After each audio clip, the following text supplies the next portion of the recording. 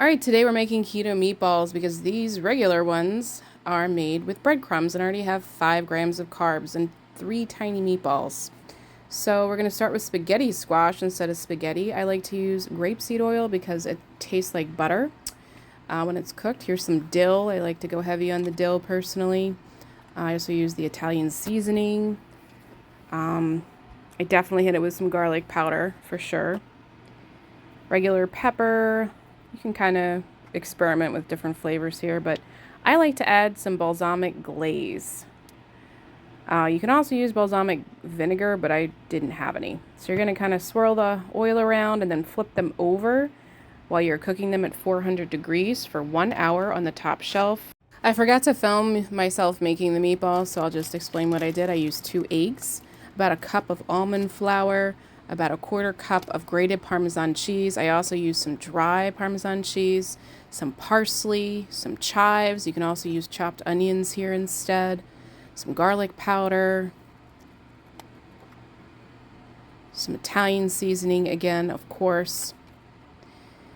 And there's 1 pound of ground turkey, also 1 pound of ground beef. And I just mixed it by hand.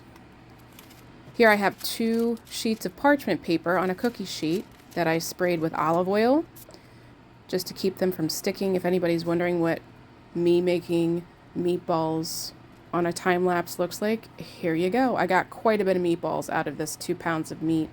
I cooked it at 350 degrees for 16 to 18 minutes after I pulled out the spaghetti squash and turned the oven down. So here I'm just kind of like mixing up the spaghetti squash and adding a little bit more seasoning because it is somewhat bland.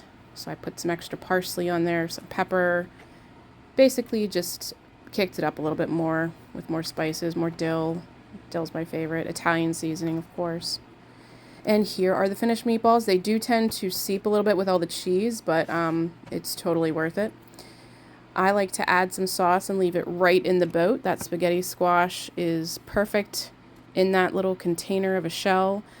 You can either serve it like that or add more mozzarella cheese and some spinach and then stick it back in the microwave for a minute or 2 to melt the cheese and wilt the spinach a little bit with the meatballs. And there you go. It's a perfect meal. Don't drop it. But I think it's perfectly served just like this. This was enough for 2 people, and we had plenty of leftover meatballs to put in the freezer. You could also use Alfredo sauce, of course, if you really wanted to, but this is one of my favorite keto Italian meals.